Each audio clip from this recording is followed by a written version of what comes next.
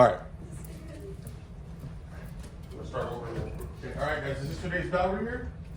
Guys, work on it real quick. You guys 5 minutes to work on it, and we'll discuss it when you guys are done. So, fill in the blanks, guys. The underlined letter is the beginning of the word. So, start with that, guys. The assignments in your guys' classroom. So, get to it, and we'll talk about it right now. Give you guys 5 minutes to work on that.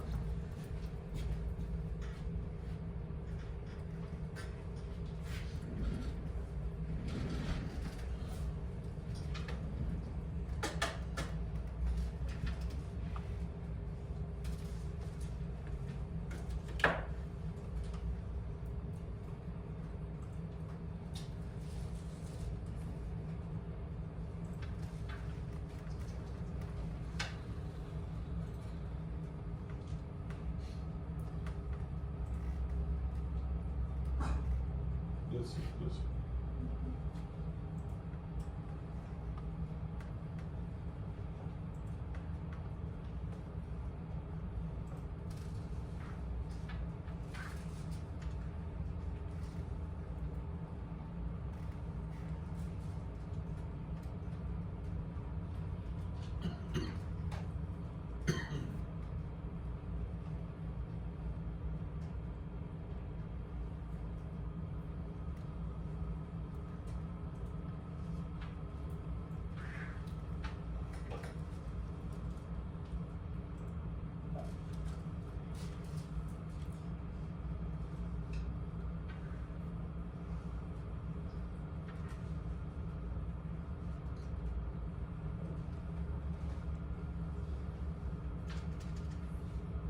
2 more minutes.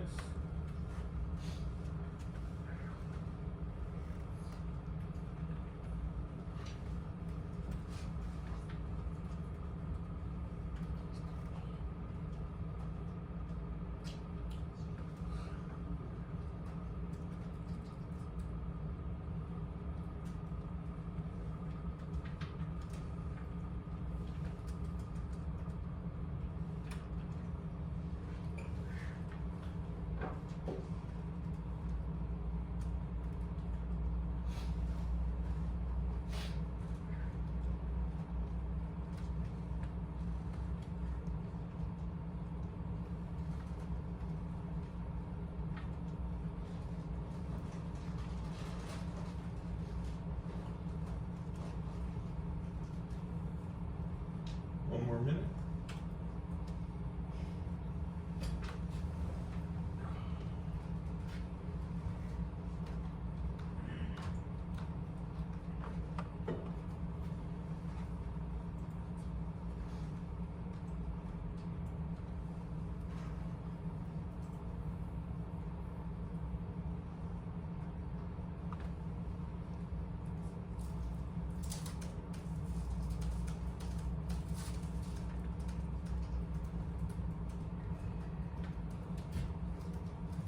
All right, guys. So number 1, Andy, what do you think number 1 is?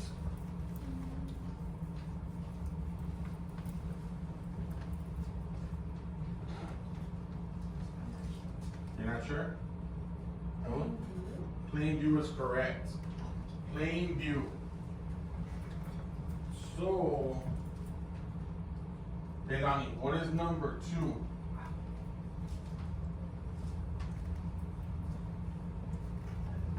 Remember? You don't know? Vanya? Can you guess at that? Sergio? Warrantless. Warrantless is correct. Pancho, number 3, the green one. What do you think that is? Consent. Consent is correct. Isabel, number 4. Abandon is correct. And man, if you guys can get this last one, you guys will get some donuts tomorrow. What is the last one? Exclusionary. Exclusionary. So donuts it is. All right, guys, here we go. Man, you guys stay excited for some donuts tomorrow. Plain view, warrantless, consent, abandon, and exclusionary. Guys, just a quick overview, right? We just come back from break. So what does plain view mean? If you're an officer and there's something in plain view, what exactly does that mean? What you can see. Without what? Warrant. Without searching, right? And so things in plain view. If I walk into a room and this clicker is a marijuana cigarette, It's in plain view. I don't have to manipulate anything. I don't have to search anything. I walk in, I see it. That's plain view. Okay, guys. Warrantless. What does warrantless mean? Without a warrant, right? Can an officer arrest without a warrant? Yes, he can. Okay. And consent. You guys remember what the word consent means? Do you remember what consent means? Like, allows you to like engage or something. Yes, absolutely, right? They give you permission. In other words, permission. Abandon, what does abandon mean? To leave, right? And exclusionary. Now, since you got the word, what does it mean? What does exclusionary mean? Right, we get it from the word exclude, right? So we're leaving something out, okay? That's important. If officers obtain something illegally, right? That the exclusionary rule kicks in at that point in time. They can't be held against you guys, okay, guys? So exclusionary. That's right. Make sure you guys fill that out in your bell ringers. All right, guys. The notes are still in the notebook. You know, Chromebook.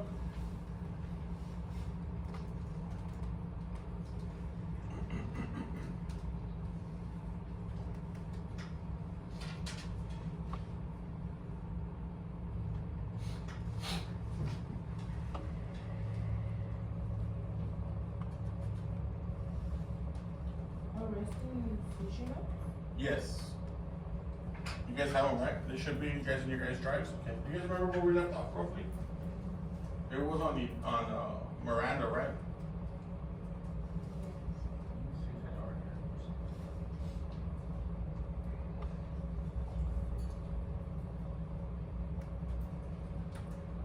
Yes, we're good. We're all tracking. All right, guys. Ernesto Miranda. That's where we get the Miranda rights.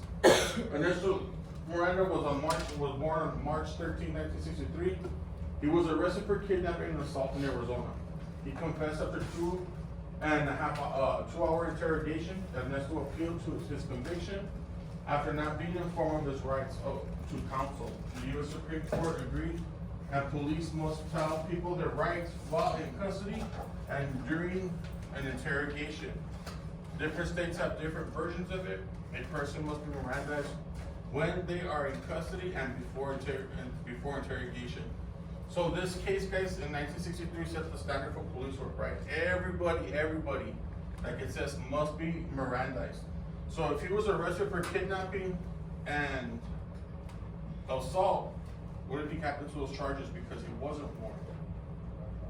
So he got dropped, right? Now, what happened to the victims? I mean, obviously there has to be a victim that was kidnapped. Someone was kidnapped and someone was assaulted. What do you think how they felt? They were upset, right? I mean, I don't know how you guys would feel if all of a sudden I pull up in a van and take Natalie and I beat her up in my van, take her off, right? And then I release her somewhere. And then all of a sudden the police come, everything's right. Natalie has the right to be protected and feel safe, right? But then all of a sudden, because the police officers dropped the ball, I walk free, scot-free without any incident. Is that justice? Absolutely not. Searches. Guys, these are the different types of searches that we have in examining or inspection of a location, vehicle, or a person by law enforcement officers for the purpose of locating objects or substance relating to believed to be a criminal activity. The types of searches, we talked about it, guys, consent, right? Those the warrants that you guys give permission to them. Warranted searches, search warrants, vehicle searches, and search of persons. So, guys, on a search of person, who does those? Who does them more often than we think? Who doesn't need a warrant to do? Oh, imagine security. Come here, Emily, we're gonna strip search you. Does that happen in high school? No. The patrol? Border Patrol?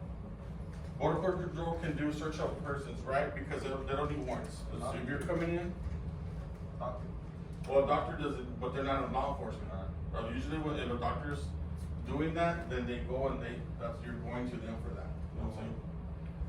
So Border Patrol does do search of persons, so then they don't need no warrant because you're coming into a port of entry. Okay, guys, legally or illegally. Okay. You guys remember where they conduct them?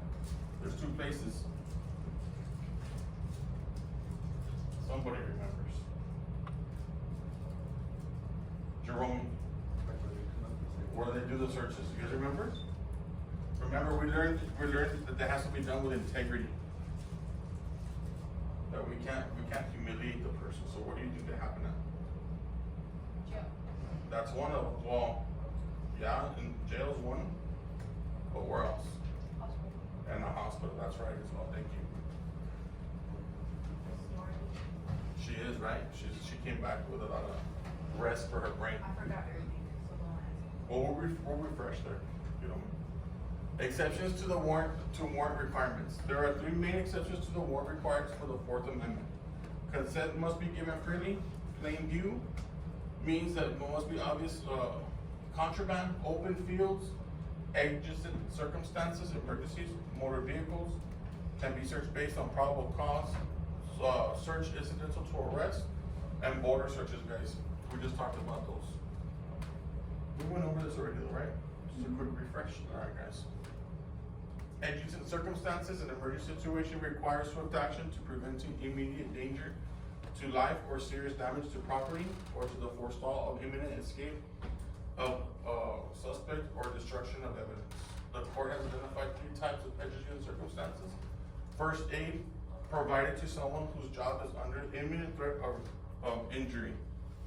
Guys, right now, what's happening, we saw the video on Columbine right before break, right? The school shooting, and the officers were holding outside. No one went into the school to stop the shooting. Columbine was the very first school shooting, and that turned law enforcement upside down. So because of that, officers now trained, if there's an active shooter, whether it's a school, at a mall, any kind of large event, officers are going in, right? So it does us no good if the officers all of a sudden go into a situation where there's an active shooter, stop the shooting, stop the dying, right? They stop the shooter, they stop the dying, and they stop the killing. Now what? The suspect's down. Well, now officers are getting cross-trained to be paramedics. Okay? Because the way law enforcement works is that the first 2 officers go assess the shooter, and the officers that respond, they start treating people if they can, and then getting them help. So first, emergency aid for sure, officers are getting advanced training in medical treatment. Hot pursuit, a person fleeing a suspect. So say for instance, I'm in my patrol car, and I see Hiromi wave a gun, and now I wave a gun at a car that comes by, and I start pursuing her. She refuses to stop. All of a sudden now she's driving to her house, she gets off her car, and I'm right behind her. She gets off her car and she runs into her house. Can I go into her house? She's about to close the door and I kick it in. Legal or illegal? She gets off her car, she pulls up her driveway, I pull up in my car, she gets out, I get out, she runs to the door, she slams the door and on my face. I kick the door in, run in there, grab her, throw her on the floor, handcuff her, take her into custody. Legal or illegal? Is that a warrant? Did I just break the law? Do I need a warrant for something like that? Who says yes? It's a house, guys. Houses are very sacred, right? Do I need a warrant at that point in time? Yes, who says yes? Show of hands. I do not need a warrant. That's what that word means, hot pursuit. Now say for instance, same scenario. I lose Hiromi, right? The thing is I lose eye contact with her. If I don't see her, and I'm driving, all of a sudden now I see her car. As I'm driving by, I recognize the vehicle. It's already parked, and she's inside. Can I get out my car and kick the door in? At that point, I need a warrant. That right here, what hot pursuit means is that you're right on her, and that you never lose her. Okay? So that's one of the things that we don't need a warrant. And then the last one, destruction of evidence. The Supreme Court has ruled that the police officers may not create exigent circumstances, right? So, say for instance, on something like that, if I see someone that's flushing narcotics down a toilet, can I go in there and get it? I didn't know what pushing You can see it. Say for instance, right there in the window, and they're opening up the bags and they're flushing the evidence. Can we go in there? No. It's destruction of evidence. Yes. You're seeing Right? Say for instance, we're gonna execute a warrant. You guys have all seen the movies, right? We've all seen the movies where the officer's gonna have the battering ram, and as they're hitting the door, someone runs to the restroom and starts dumping it.